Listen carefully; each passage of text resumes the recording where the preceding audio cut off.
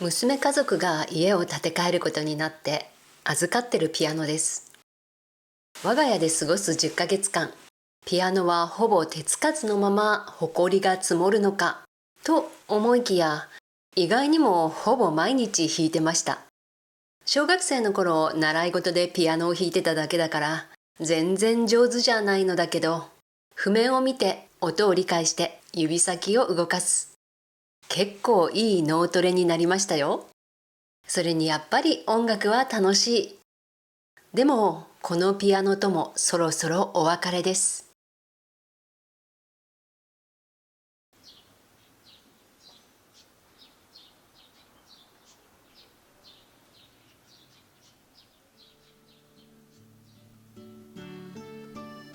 ピアノがなくなった部屋の一角、ガランとしましたね。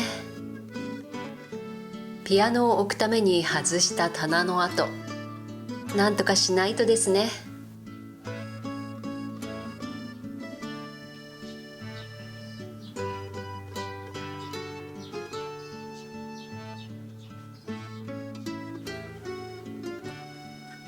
たけのこを煮ておきました。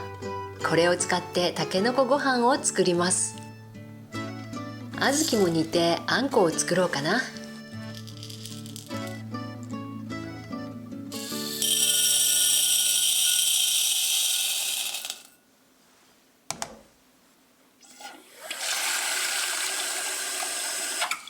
なぜあんを炊くのかというと、この後新築の娘の家を見に行くからです。手土産においしいものを持っていきたい。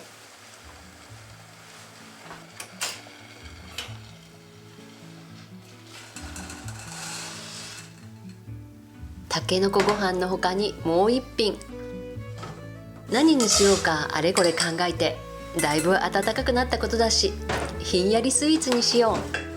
あんみつがいいかもね。娘家族はみんな抹茶好き。ならば抹茶のあんみつにしよう。それであんを炊いてるわけです。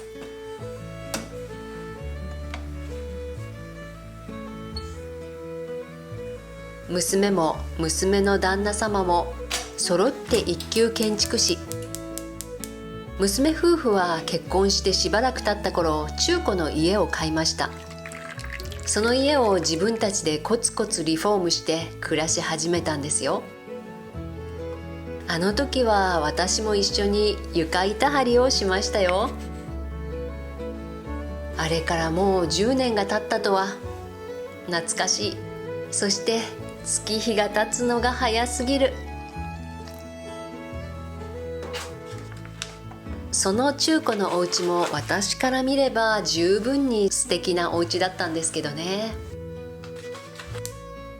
娘夫婦の夢はやっぱり自分たちの願い通りの家を建てることだったみたいです。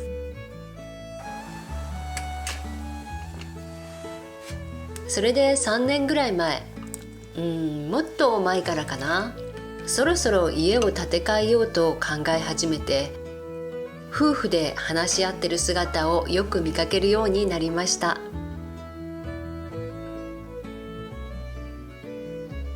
素人が話し合ってるわけじゃないから、使ってる言葉とかは私にはよくわからなかったのだけど、夢いっぱいで楽しそうってことは伝わってきましたよ。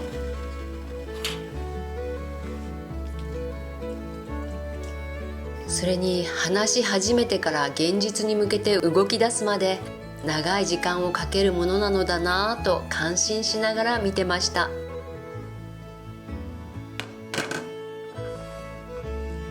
いよいよ間取りが決まって模型を作って、それを見せてもらいながら詳しく説明してもらった時には、すごいなぁと驚くことばかり。建売住宅の間取りとは全然違う。そんな場所にそんなものを持って行って、普通ならここにあるでしょってものが思いもよらない場所にある。一番驚いたのは部屋を仕切る壁がないことですかね。壁がないから扉もほぼない。扉がついてるのはトイレとお風呂だけです。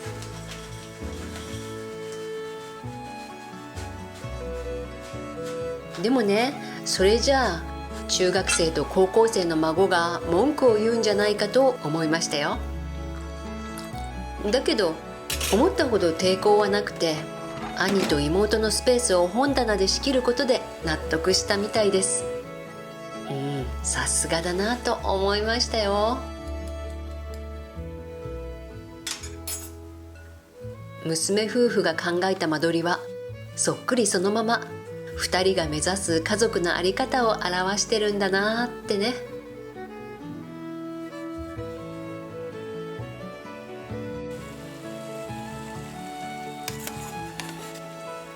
白玉は白いのと抹茶味の2種類。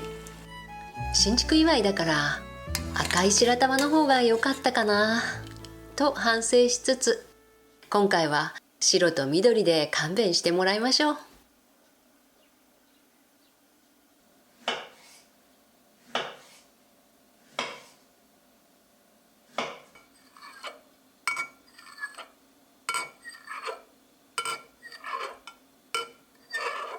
寒天、白玉、あんこ、フルーツをのせたら出来上がりです。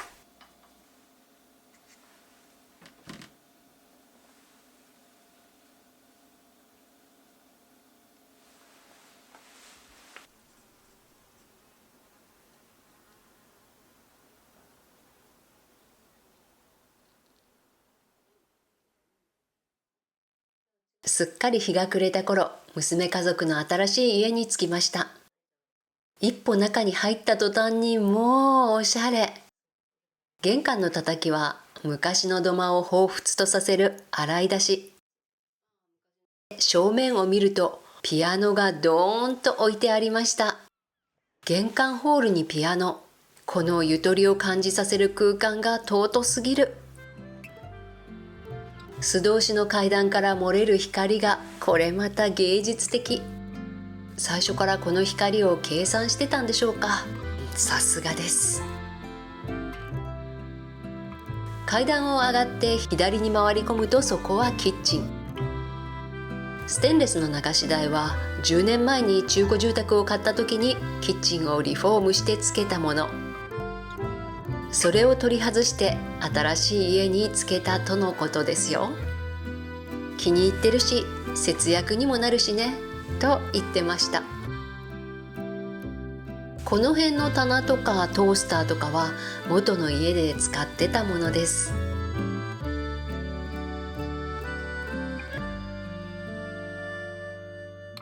流しは10年選手だけど蛇口は新しく変えてます。どうやって水を出すのか私には謎の蛇口。使い方を孫が教えてくれました。実はこのキッチン家の真ん中にあるんです。キッチンスペースが通路というか廊下になってて、孫たちの部屋はこの先。自分の部屋に行くには必ずキッチンを通るというユニークな作りです。流しの前に立って振り返るとそこには作り付けの棚があります。娘は私と違って物を処分できる人、ここに収まるものしか持たないというポリシー、見習わなければ。ガスオーブンはもともと持ってたものでぴったり収まる場所が確保してありました。ガスオーブンの裏というか横はそのまま中学生の孫の部屋です。そしてこれが勉強机。台所で料理するお母さんとは1メートルも離れてませんね。落ち着かないんじゃないと孫に聞いたら、宿題しながらお母さんに喋りかけるのが好きだから大丈夫だそうです。かわいい。孫の部屋からキッチン方向に目をやるとその向こうのダイニングスペースまで一望できます。みんなが集まるキッチンが真ん中。どこにいても家族の顔が見える家。私が住むわけじゃないのに感動しちゃいました。インターホンやら何やらのスイッチは見せない方向でってことですかね。我が家でも DIY で真似できるかな。階段を降りて1階を覗いてみましょうか。玄関ホールのピアノ置き場の裏に回ると、そこは小さな迷路みたいなクローゼットでした。置いてある照明がいい雰囲気なんですよね。やっぱりセンスですかね。シンプルな洗面台に潔いほどシンプルな電球。洗濯スペースのすっきり感。2階に戻りましょう。階段を上がって正面にあるダイニングスペース。一休み。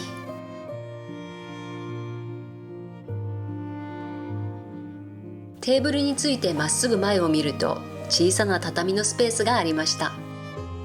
明かりをつけると、なるほど、間接照明。窓が少ないのもこの家の特徴です。建設費の節約のために窓を減らしたと言ってたけど、その分見たこともないおしゃれな窓がついてます。家族の一員のワンコ。引っ越して間もないのにすっかりくつろいでますね。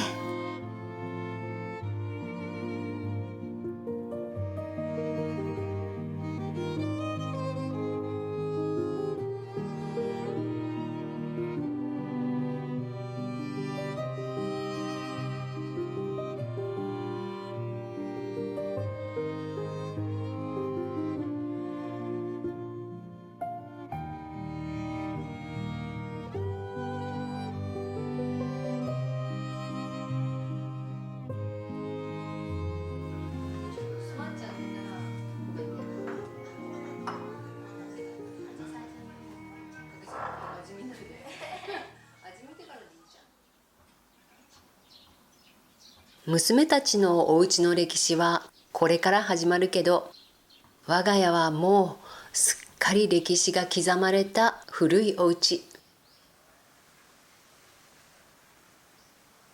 ピアノがなくなった部屋の家具の配置を変えましょう。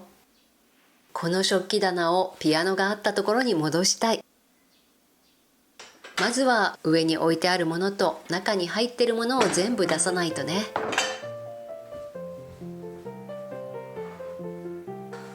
こまごました食器を移動させるのは手間だな。なんとかならないものか。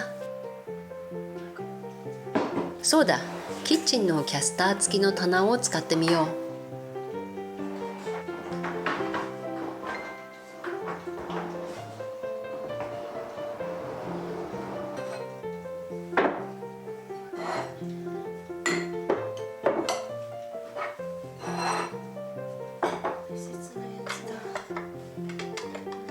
この機会に食器をいくつか処分できるかと思ったけど無理でした。やっぱり捨てられないこの性格。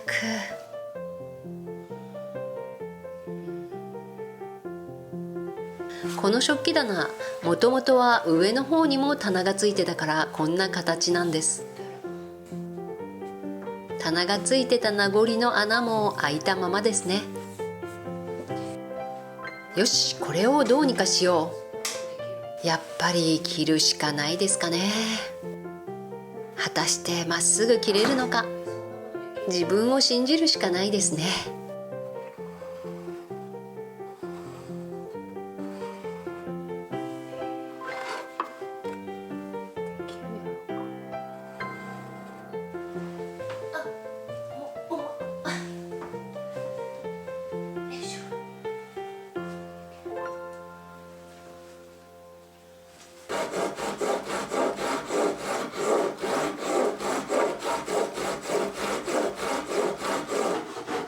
ノコギリの振動で食器棚が微妙に動くのが怖い。一人の DIY は手も足も総動員。使えるものは何でも使えますよ。あられもない格好で失礼します。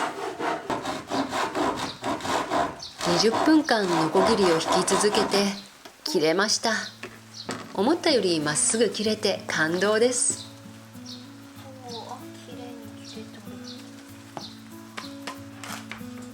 でも手動のノコギリで力尽きました。ヤスリがけは電気に頼ります。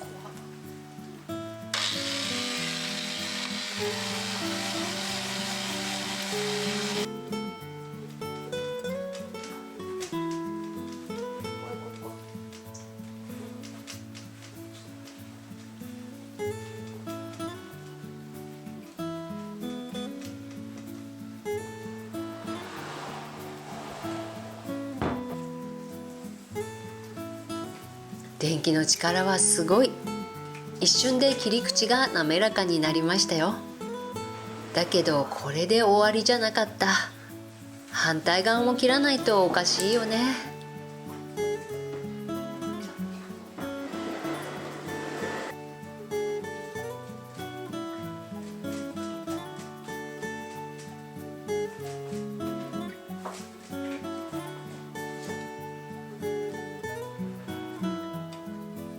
ノコギリを引く気力が残ってなかった。怖くて使えずにいる電動のノコギリにお願いします。音からして怖すぎておっかなびっくり。それでも5分ぐらいで切れましたよ。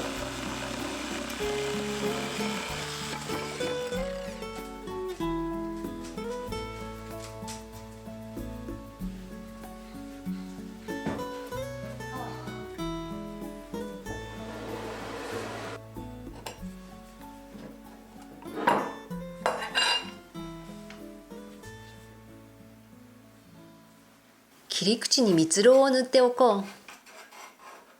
それだけでカットしたとは思えないほどしっくりなじみました。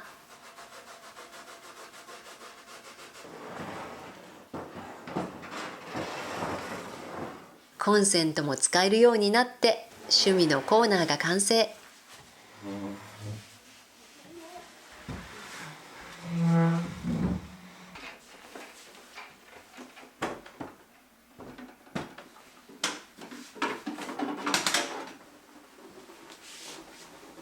早速縫いますか。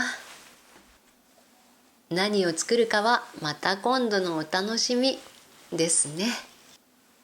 最後まで見てくださってありがとうございます。よろしければチャンネル登録も